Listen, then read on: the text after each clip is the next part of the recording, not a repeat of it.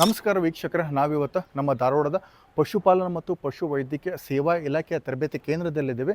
ಈ ತರಬೇತಿ ಕೇಂದ್ರದ ಮುಖ್ಯಸ್ಥರಾದಂಥ ಬಸವರಾಜ್ ಪಿ ಹಿರೇಮಠ ಸರ್ ನಮ್ಮ ಜೊತೆ ಇದ್ದಾರೆ.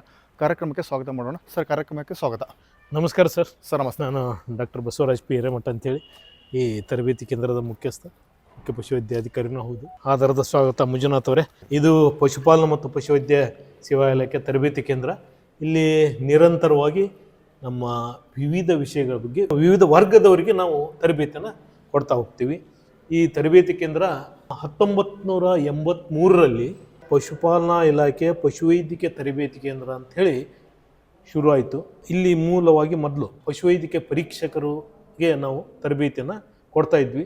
ಕಾಲಾನಂತರದಲ್ಲಿ ಸರ್ಕಾರದ ಮುಂದಾಲೋಚನೆಯಿಂದ ಈ ತರಬೇತಿಗಳು ನಮ್ಮ ರೈತರಿಗೆ ಮುಟ್ಲಿ ಅನ್ನೋ ಉದ್ದೇಶದಿಂದ ಏನು ಮಾಡ್ತು, ಇದನ್ನು ಜಿಲ್ಲಾ ತರಬೇತಿ ಕೇಂದ್ರ ಅಂಥೇಳಿ ಪ್ರಾರಂಭ ಮಾಡಿ ಈ ತರಬೇತಿ ಕೇಂದ್ರದಿಂದ ವಿವಿಧ ವರ್ಗದ ಜನರಿಗೆ, ಅಂದರೆ ರೈತರಿಗಿರ್ಬೋದು, ಮಹಿಳೆಯರಿಗಿರ್ಬೋದು, ಕೋಳಿ ಸಾಗಾಣಿಕೆದಾರರಿಗಿರ್ಬೋದು, ಅಥವಾ ಮಾಂಸ ಮಾರಾಟಗಾರರಿಗಿರ್ಬೋದು, ತತ್ತಿ ಮಾರಾಟಗಾರರಿಗಿರ್ಬೋದು, ನಮ್ಮ ಅಧಿಕಾರಿಗಳಿಗಿರ್ಬೋದು, ಸಿಬ್ಬಂದಿಗಳಿಗಿರ್ಬೋದು, ಡಿ ದರ್ಜೆ ನೌಕರಿಗಿರ್ಬೋದು, ಹೀಗೆ ಹಲವಾರು ವಿವಿಧ ವರ್ಗದವರಿಗೆ ನಾವು ತರಬೇತಿಯನ್ನು ಕೊಡ್ತಾ ಹೋಗ್ತಾ ಇದ್ದೀವಿ. ಮಂಜುನಾಥ್ ಅವರೇ, ಇಲ್ಲೇ ನೀವು ಬೋರ್ಡ್ನಲ್ಲಿ ನೋಡಿದಾಗೆ ನಾವು ಹೈನುಗಾರಿಕೆ ತರಬೇತಿನೂ ರೈತರಿಗೆ ಕೊಡ್ತೀವಿ. ಪ್ರತಿ ತಿಂಗಳ ಕುರಿ ಸಾಗಾಣಿಕೆನೂ ಕೊಡ್ತೀವಿ, ಕೋಳಿ ಸಾಗಾಣಿಕೆ ಬಗ್ಗೆ ಕೊಡ್ತೀವಿ, ಹಾಗೆ ಹಂದಿ ಸಾಗಾಣಿಕೆ, ಅದರ ಜೊತೆ ಅಧಿಕಾರಿಗಳಿಗೂ ಕೊಡ್ತಾ ಇದ್ದೀವಿ, ಸಿಬ್ಬಂದಿಗಳಿಗೆ, ಮೈತ್ರಿ ಕಾರ್ಯಕರ್ತರಿಗೆ, ಪಶು ಸಖಿಗಳಿಗೆ, ಹೀಗೆ ನಿರಂತರವಾಗಿ ನಾವು ಪ್ರತಿ ತಿಂಗಳ ತರಬೇತಿಗಳನ್ನ ನೀಡ್ತಾ ಬರ್ತಾಯಿದ್ದೀವಿ.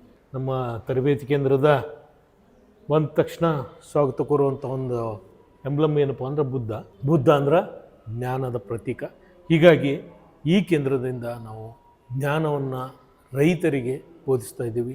ಹೈನುಗಾರಿಕೆಯಲ್ಲಿ ಏನು ಪ್ರಾಬ್ಲಮ್ ಆಗ್ತಾಯಿದೆ, ನಮ್ಮ ಜಾನುವಾರುಗಳು ಹೆಚ್ಚಿನ ಪ್ರಮಾಣದಲ್ಲಿ ಹಾಲು ಹೇಗೆ ಉತ್ಪಾದನೆ ಮಾಡಬೇಕು, ಕುರಿಯಲ್ಲಿ ಏನು ಪ್ರಾಬ್ಲಮ್ ಆಗ್ತಾಯಿದೆ, ಕುರಿಗಳ ಒಂದು ತೂಕ ಹೆಚ್ಚಿಗೆ ಬರೋಕ್ಕೆ ಏನು ಮಾಡಬೇಕು, ಹಾಗೆ ಕೋಳಿಗಳಲ್ಲಿ ತತ್ತಿಗಳ ಉತ್ಪಾದನೆ ಹೇಗೆ ಮಾಡಬೇಕು, ಕಮರ್ಷಿಯಲ್ ಪೌಲ್ಟ್ರಿ ಫಾರ್ಮ್ಗಳನ್ನ ಹೆಂಗೆ ನಾವು ಹೆಚ್ಚುವರಿಯಾಗಿ ತೆಗಿಬೇಕು, ಹಾಗೆ ಶುದ್ಧ ಹಾಲನ್ನು ಇದು ಮಾಡಬೇಕು.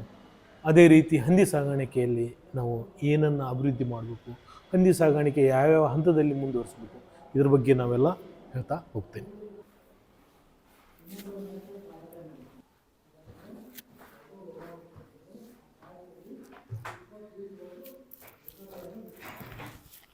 ಮೊದಲನೇದಾಗಿ ನಮ್ಮ ವೀಕ್ಷಕರಿಗೆ ಈ ತರಬೇತಿ ಕೇಂದ್ರದ ಬಗ್ಗೆ ಪರಿಚಯ ಮಾಡಿಕೊಡಿ. ನಾನು ಆಲ್ರೆಡಿ ಹೇಳಿದಾಗ ಈ ತರಬೇತಿ ಕೇಂದ್ರ 1983ರಲ್ಲಿ ಮದಿಹಾಳದಲ್ಲಿ ಪಶುಪಾಲನಾ ಮತ್ತು ಪಶುವೈದ್ಯಕೀಯ ಪರೀಕ್ಷಕರ ತರಬೇತಿ ಕೇಂದ್ರ ಎಂದು ಪ್ರಾರಂಭವಾಗಿ ನಮ್ಮ ಇಲಾಖೆಯ ಸಿಬ್ಬಂದಿ ವರ್ಗದವರಿಗೆ ತರಬೇತಿ ಕೊಡೋ ಉದ್ದೇಶದಿಂದ ಇದು ಪ್ರಾರಂಭವಾಯಿತು. ಮುಂದೆ ಇದು ಕಾಲಕ್ರಮೇಣ ಮುಂದಾಲೋಚನೆ ವಹಿಸಿ ಸರ್ಕಾರ ಇದನ್ನು ಜಿಲ್ಲಾ ಮಟ್ಟದ ತರಬೇತಿ ಕೇಂದ್ರ ಎಂದು ನಾಮಕರಣ ಮಾಡಿ ವಿವಿಧ ವರ್ಗದವರಿಗೆ ತರಬೇತಿ ನೀಡುವ ಅನುಕೂಲಕ್ಕಾಗಿ ಈ ತರಬೇತಿ ಕೇಂದ್ರವನ್ನು ಪ್ರಾರಂಭ ಮಾಡಿ ಈ ತರಬೇತಿ ಕೇಂದ್ರಕ್ಕೆ ಸ್ಥಳಾಂತರಗೊಂಡಿದ್ದೇವೆ. ಇದರ ಉದ್ದೇಶ ಏನಪ್ಪ ಅಂದರೆ, ಈಗಾಗಲೇ ಸರ್ಕಾರ ಹೊರಡಿಸಿದಾಗೆ ರೈತರಲ್ಲಿ ತಾಂತ್ರಿಕ ಮಾಹಿತಿಯನ್ನು ನೀಡುವುದು. ಎರಡನೇದೇನಪ್ಪ ಅಂದರೆ, ಉನ್ನತ ಮಟ್ಟದ ಹಾಲು, ತತ್ತಿ, ಮಾಂಸದ ಬಗ್ಗೆ ಅರಿವು ಮೂಡಿಸುವುದು, ಉತ್ಪಾದನಾ ಗುಣಮಟ್ಟ ಹೆಚ್ಚಿಸುವುದು, ಜಾನುವಾರು ಆರೋಗ್ಯದ ಬಗ್ಗೆ ಮಾಹಿತಿ ನೀಡುವುದು, ಸ್ವಸ್ಥ ಸಮಾಜದ ಅಭಿವೃದ್ಧಿಗೆ ಹಾಗೂ ಆಹಾರದ ಬಗ್ಗೆ ವಿವರಣೆ ನೀಡುವುದು. ರೈತರ ತಾಂತ್ರಿಕ ಮಾಹಿತಿ ನೀಡುವುದು ಅಂದರೆ, ತಲತಲಾಂತರದಿಂದ ನಮ್ಮ ಕೃಷಿ ಆಗಲಿ ಪಶುಸಂಗೋಪನೆ ಆಗಲಿ ನಡೆದು ಬಂದದ್ದಿದೆ. ಆದರೆ ಅವರಿಗೆ ಈ ಕಾಲಘಟ್ಟದಲ್ಲಿ ಯಾವ ರೀತಿ ತಾಂತ್ರಿಕವಾಗಿ ಅಳವಡಿಸಿಕೊಂಡು ಇದ್ದ ಸಂಪನ್ಮೂಲದಲ್ಲಿ ಅವರ ಉತ್ಪಾದನೆಯನ್ನು, ಆರ್ಥಿಕ ಸ್ಥಿತಿಯನ್ನು ಹೇಗೆ ಹೆಚ್ಚಿಸುವುದು ಅನ್ನುವುದನ್ನು ನಾವು ಈ ತರಬೇತಿ ಕೇಂದ್ರದಲ್ಲಿ ಕೊಡ್ತೇವೆ. ಹಾಗೆ ಎರಡನೇದ್ದು, ಉತ್ತಮ ಗುಣಮಟ್ಟದ ಹಾಲು, ತತ್ತಿ, ಮಾಂಸವನ್ನು ಉತ್ಪಾದನೆ ಹೇಗೆ ಮಾಡುವುದು. ಇಲ್ಲಿ ನೋಡಿ, ನಾವು ವಿಶ್ವಕ್ಕೆ ನಂಬರ್ 1 ಹಾಲು ಉತ್ಪಾದನೆಯಲ್ಲಿದ್ದೀವಿ. ಆದರೆ ಅದರ ಗುಣಮಟ್ಟ ಏನು, ಅದು ಶುದ್ಧವಾದ ಹಾಲನ್ನು ಹೇಗೆ ಕರೆಯುವುದು, ಶುದ್ಧವಾದ ತತ್ತಿಯನ್ನು ಹೇಗೆ ಉತ್ಪಾದನೆ ಮಾಡುವುದು, ಶುದ್ಧವಾಗಿ ಮಾಂಸವನ್ನು ಹೇಗೆ ಮಾರುಕಟ್ಟೆಯಲ್ಲಿ ಮಾರಾಟ ಮಾಡುವುದು, ಅದರ ಬಗ್ಗೆಯೂ ಒತ್ತು ಕೊಟ್ಟು ನಾವು ಈ ತರಬೇತಿ ಕೇಂದ್ರದಲ್ಲಿ ತರಬೇತಿಯನ್ನು ನೀಡುತ್ತೇವೆ. ಮೂರನೇದಾಗಿ, ಉತ್ಪಾದನಾ ಗುಣಮಟ್ಟ. ನಾವೇನು ಮಾಡ್ತಾ ಇದ್ದೀವಿ, ಪ್ರತಿಯೊಂದಕ್ಕೂ ISI ನೋಡ್ತಾ ಇದ್ದೀವಿ. ಆದರೆ ಹಾಲಿನ ಬಗ್ಗೆ ISI ಎಲ್ಲಿದೆ, ತತ್ತೆ ಉತ್ಪಾದನೆಯಲ್ಲಿ ISI ಎಲ್ಲಿದೆ, ಮಾಂಸದ ಉತ್ಪಾದನೆಯಲ್ಲಿ ಕೃಷಿಯ ISI ಎಲ್ಲಿದೆ. ಹೀಗೆ FSCD ಮುಖಾಂತರ ನಾವು ಅದರ ಗುಣಮಟ್ಟವನ್ನು ಹೇಗೆ ಉನ್ನತೀಕರಿಸಬೇಕು ಅನ್ನೋದನ್ನು ನಾವು ಇಲ್ಲಿ ತರಿಸ್ಕೊಡ್ತಾ ಇದ್ದೀವಿ. ಹಾಗೆ ನಮ್ಮ ಉತ್ಪಾದನೆ ಗುಣಮಟ್ಟ ಚೆನ್ನಾಗಿರ್ಬೇಕಂದ್ರೆ ನಮ್ಮ ಜಾನುವಾರುಗಳ ಆರೋಗ್ಯ ಸರಿಯಾಗಿರ್ಬೇಕು. ಆದ್ದರಿಂದ ಕಾಲಕಾಲಕ್ಕೆ ನಮ್ಮ ಸಿಬ್ಬಂದಿಗಳಿಗೆ, ಅಧಿಕಾರಿಗಳಿಗೆ ಜಾನುವಾರುಗಳ ಆರೋಗ್ಯದ ಬಗ್ಗೆ, ಲಸಿಕಾ ಕಾರ್ಯಕ್ರಮದ ಬಗ್ಗೆ ಸವಿವರವಾದ ವಿವರವನ್ನು ಈ ತರಬೇತಿ ಕೇಂದ್ರದಲ್ಲಿ ತಜ್ಞ ವೈದ್ಯರಿಂದ, ವಿಶ್ವವಿದ್ಯಾಲಯದ ಉಪನ್ಯಾಸಕರಿಂದ ನಾವು ತರಬೇತಿಯನ್ನು ಕೊಡಿಸ್ತೇವೆ. ಕೊನೆಯದಾಗಿ ಸ್ವಸ್ಥ ಸಮಾಜದ ಅಭಿವೃದ್ಧಿ, ಸ್ವಸ್ಥ ಆಹಾರದ ಬಗ್ಗೆ ಅಭಿವೃದ್ಧಿ, ಇದು ಈ ಸಂಸ್ಥೆಯ ಧ್ಯೇಯ.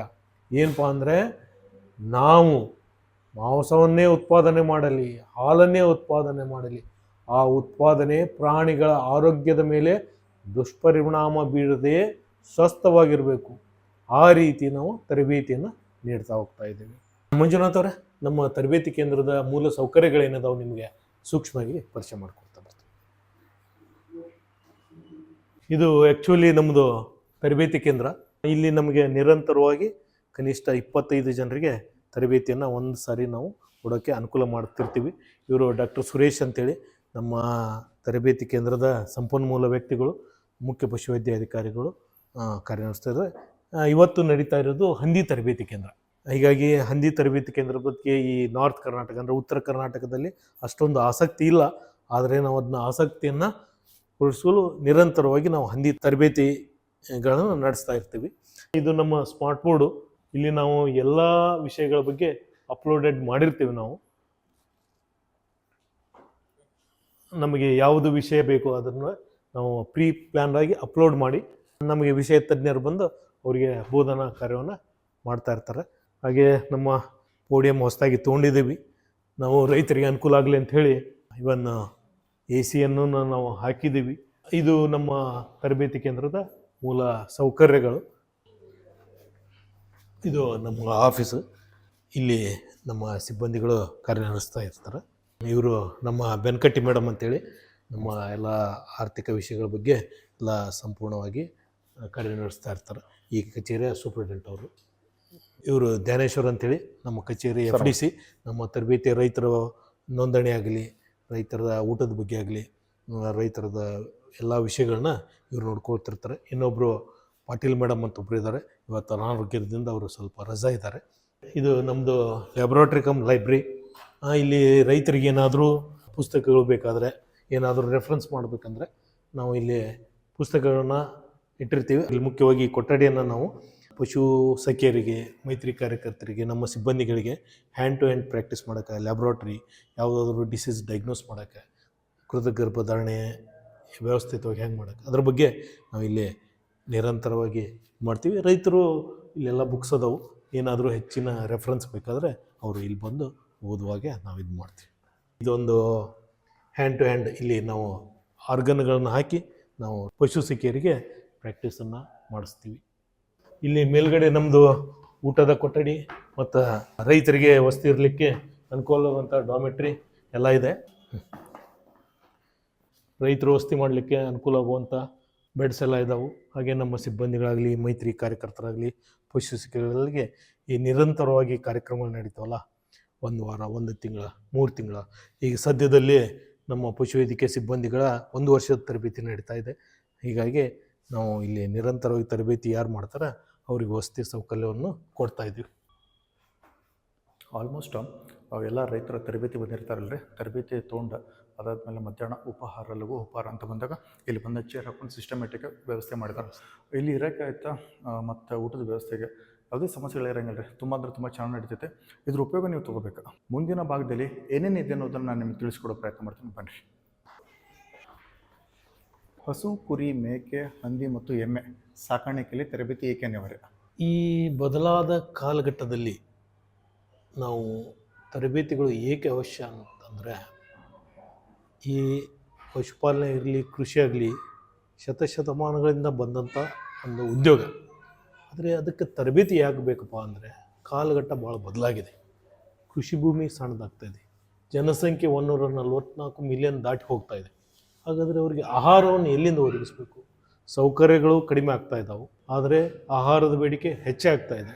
ಆಹಾರ ಬರ್ತಾ ಇರೋದು ಭೂಮಿಯಿಂದ, ತಪ್ಪಲುಗಳನ್ನ, ಗಿಡಗಳನ್ನ ತಿಂದು ಪ್ರಾಣಿಗಳಿಂದ ಮಾತ್ರ ಸಾಧ್ಯ ಆಗುತ್ತೆ. ಹೀಗಾಗಿ ಇದ್ದ ಸಂಪನ್ಮೂಲ ಕ್ರೋಢೀಕೃತವನ್ನುಗೊಳಿಸಿಕೊಂಡು ನಾವು ಉತ್ಪಾದನೆಯನ್ನು ಮಾಡಬೇಕಾಗಿದೆ.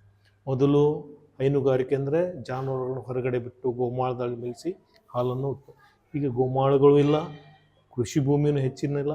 ಹೀಗಾಗಿ ಹಾಲು ಉತ್ಪಾದನೆ ಹೆಂಗೆ ಮಾಡಬೇಕು? ಹೇಗೆ ಮಾಡ್ತಾ ಇದ್ದೀವಿ ನಾವು ಇವತ್ತು ಭಾರತ ದೇಶ ಇಡೀ ವಿಶ್ವಕ್ಕೆ ನಂಬರ್ 1 ಹಾಲು ಉತ್ಪಾದನೆಯಲ್ಲಿದೆ. ಇದು ಹೆಂಗೆ ಸಾಧ್ಯ ಆಯಿತು? ನಮ್ಮ ತಾಂತ್ರಿಕತೆಯನ್ನು ರೈತರಿಗೆ ಅಳವಡಿಸಿ ಅದರಿಂದ ಹಾಲು ಉತ್ಪಾದನೆಯನ್ನು ಮಾಡಲು ಅವಕಾಶ ಆಯಿತು. ಹೀಗಾಗಿ ಪ್ರತಿ ಹಂತದಲ್ಲಿಯೂ ಕಾಲಘಟ್ಟ ಬದಲಾವಣೆ ಆಗೋದ್ರಿಂದ ನಮ್ಮ ಸಣ್ಣ ಪ್ರದೇಶದಲ್ಲಿ ಉತ್ಪಾದನೆ ಹೆಚ್ಚು ಮಾಡಬೇಕು ಅನ್ನೋ ಏಕೈಕ ಉದ್ದೇಶದಿಂದ ನಾವು ತರಬೇತಿಯನ್ನು ನಡೆಸ್ತಾ ಇದ್ದೀವಿ.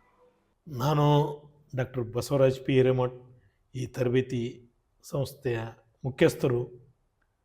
ನಾನೇನು ಹೇಳ್ತಾ ಇದ್ದೇನೆಂದರೆ, ಖಂಡಿತವಾಗಿಯೂ ನಮ್ಮ ತರಬೇತಿ ಕೇಂದ್ರಕ್ಕೆ ರೈತರು ಬರ್ರಿ, ರೈತರಲ್ಲದಂಥ ಪ್ರಾಣಿಗಳ ಸಾಗಾಣಿಕೆ ಬಗ್ಗೆ ಆಸಕ್ತಿ ಇರುವಂಥ ಯುವಕರು ಬರ್ರಿ, ನಮ್ಮ ತರಬೇತಿಗಳಲ್ಲಿ ಪಾಲ್ಗೊಳ್ಳ್ರಿ, ತರಬೇತಿಯ ಪ್ರಯೋಜನವನ್ನು ಪಡ್ರಿ, ಅದರಿಂದ ನಿಮ್ಮ ಆರ್ಥಿಕತೆಯನ್ನು ಸುಧಾರಿಸ್ಕೊಡ್ರಿ, ಅದರಿಂದ ನಮ್ಮ ದೇಶದ ಒಂದು ಆರ್ಥಿಕತೆ ಸುಧಾರಿಸಲಿ ಅಂಥೇಳಿ ನಾನು ಹೇಳ್ತಾ ಇದ್ದೇನೆ. ನೀವು ಯಾವಾಗಾದರೂ ನನಗೆ ಫೋನ್ ಮಾಡ್ಬೋದು, ನಿಮ್ಮ ಸಮಸ್ಯೆಗಳನ್ನು ನಾನು ಕೇಳ್ಬೋದು. ನನ್ನ ಫೋನ್ ನಂಬರ್ ತೊಗೊಳ್ರಿ, 9972996209. ನಿಮ್ಮೆಲ್ಲರಿಗೂ ಧನ್ಯವಾದಗಳು. ನಿಮ್ಮ ಬರುವಿಕೆಯನ್ನು ನಾನು ಕಾಯ್ತಾ ಇರ್ತೀನಿ. ಮತ್ತೊಮ್ಮೆ ಡಾಕ್ಟರ್ ಬಸವರಾಜ್ ಹಿರೇಮಠ್, ಧನ್ಯವಾದಗಳು.